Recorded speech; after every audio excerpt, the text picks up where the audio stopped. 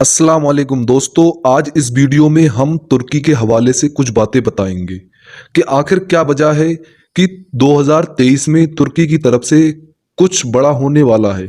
लिहाजा आखिर क्या वजह है कि 2023 का इतना चर्चा है।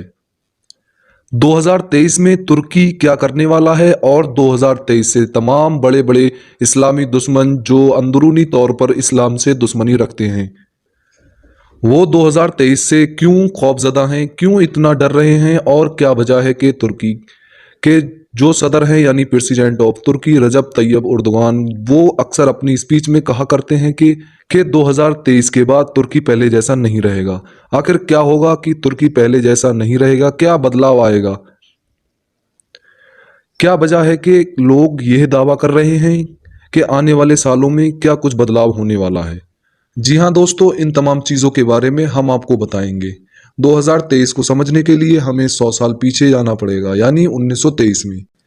दोस्तों ये कहानी शुरू होती है 1914 से, जब फर्स्ट वर्ल्ड वॉर यानी पहली जंग अजीम शुरू हुई थी। जब फर्स्ट वर्ल्ड वॉर का खात्मा हुआ था तो उस वक्त तक करोड़ों लोगों ने अपनी जान गंवा चुके थे।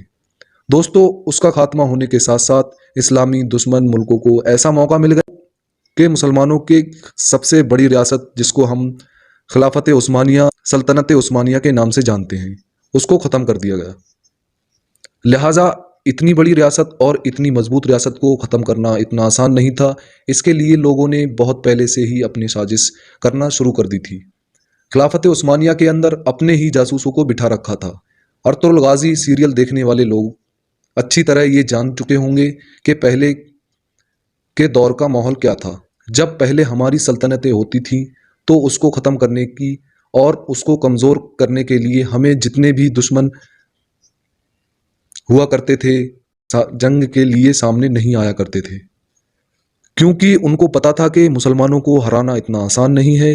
लिहाजा हमेशा से ही ये लोग वही काम करते हैं जो अर्तुगरुल गाजी में दिखाया गया है, यानी अंदरूनी तौर पर गद्दारों को खरीद लिया करते थे या फिर अपने खुद के आदमियों को जासूस बनाकर अपने उनमें भेज दिया करते थे और उनको कमज़ोर कर दिया करते थे। यही हुआ 1923 में। 1923 में तुर्की के लोगों ने गद्दारियां की और उनके जो जासूस भरे हुए थे ईसाई और यहूदी लोगों ने उन लोगों ने अपनी चालबाजी जारी रखी, जिसकी वजह से 1923 में खिलाफत उस्मानिया कमज़ोर हुई और नतीजतन इन लोगों को मौका मिल गया जिसका इनको बरसों से इंतज़ार था। लिहाजा उन लोगों ने तुर्की के कमज़ोर होने पर तुर्की के सामने यह शर्तें रखी कि अगर तुर्की सलामती चाहती है तो हम जो कहते हैं उसको मानने के लिए राज़ी हो जाए। लिहाजा तुर्की के पास भी सिवाय सर झुकाने के अलावा कोई और चारा नहीं था। लिहाजा अब तुर्की जो पहले बहुत ताकतवर हुआ करता था वो अब ऐसा मुल्क बन चुका था जो कुछ भी नहीं कर सकता था सिवाय लाचारी के। इस मुआहदे में जो शर्तें रखी गई थी इनमें से कुछ का जिक्र हम आपके सामने करते हैं, जिसमें से पहली शर्त ये थी कि जो खिलाफत थी यानी कि खिलाफत उस्मानिया उसको ख़त्म कर दिया गया। उसकी जगह पर तुर्की को एक सेकुलर तुर्की करार दे दिया गया, यानी वो एक सेकुलर देश बनकर रह गया। जितने भी देश खिलाफत उस्मानिया में आया करते थे जैसा कि सऊदी अरब, लद्दान और इसी तरह के जितने भी आसपास के देश, सबको आज़ाद कर दिया गया और सबने अपना अपना मुल्क अलग अलग बसा लिया गया। लिहाजा इसकी वजह से तुर्की की खिलाफत उस्मानिया ख़त्म हो गई। तुर्की की खिलाफत उस्मानिया के जो आखिरी सुल्तान थे उनको उनके पूरे ख़ानदान के साथ मुल्क से बाहर निकाल दिया गया ताकि ये लोगों के साथ मिलकर दोबारा हमारे साथ बगावत ना कर दें। लिहाजा उनको बाहर निकालने के बाद कुछ और ऐसी शर्तें रखीं, जिन शर्तों में से कुछ शर्तें इस तरह हैं।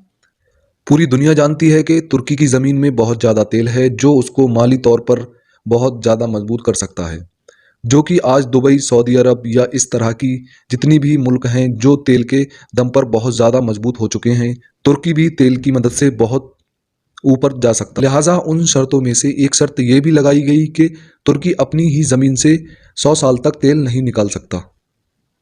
और उन शर्तों में से एक शर्त ये भी थी कि तुर्की की जो बंदरगाह है जो कि यूरोप और एशिया को आपस में मिलाती है, जिसमें से बिजनेस के तौर पर बहुत सारे जहाज़ गुजरते हैं, लिहाजा उसको तुर्की के आपसी हक से बाहर कर दिया गया, यानी कि कानून लगा दिया गया कि ये पूरी दुनिया की मिल्कियत है। 100 सालों तक इस बंदरगाह से गुजरने वाले जहाज़ों से टैक्स वसूली नहीं कर पाएगा। लिहाजा इस तरह से बहुत बुरे शराइत जो कि तुर्की भी तरफ लगाए गए और जिसके ज़रिए तुर्की को कमज़ोर करने की कोशिश की गई, वो 2023 में पूरे होने जा रहे हैं। यानी 2023 एक ऐसा साल है जिसके आने के साथ साथ तुर्की अपने देश से तेल भी निकाल सकता है, उसके अलावा तुर्की खिलाफत की भी मांग कर सकता है और उसके अलावा जो तुर्की की बंदरगाह है उससे टैक्स की वसूली भी कर सकता है। लिहाजा 2023 में क्या मोड़ आने वाले हैं, इसका अंदाज़ा हम सिर्फ इस बात से लगा सकते हैं कि तुर्की के जो सदर हैं रजब तय्यब एर्दोगान, वो अपनी स्पीच में अक्सर कहते हैं कि 2023 के बाद तुर्की पहले जैसा तुर्की नहीं रहेगा, बल्कि तुर्की ऐसा तुर्की बनेगा जो अपनी तारीख में पहले हुआ करता था। लिहाजा हम सभी जानते हैं कि खिलाफत उस्मानिया की तारीख क्या है। खिलाफत उस्मानिया जो अर्तुगरुल गाजी के दौर से निकलकर आई थी, वो तुर्की सल्तनत ही थी। तुर्की से छोटे से लोगों ने, एक छोटे से कबीले में बसने वाले लोगों ने इस सल्तनत की बुनियाद रखी थी और पूरी दुनिया में इस्लाम का परचम लहराया था। ये इस्लाम की सबसे बड़ी सल्तनत थी। लिहाजा सबसे बड़ी और सबसे अहम बात यह है कि यूरोपियन मुल्क यानी अमेरिका जैसे जितने भी इस्लामी दुश्मन मुल्क हैं, उन लोगों को इतनी बड़ी टेंशन नहीं होती अगर रजब तय्यब एर्दोगान तुर्की के सदर नहीं होते।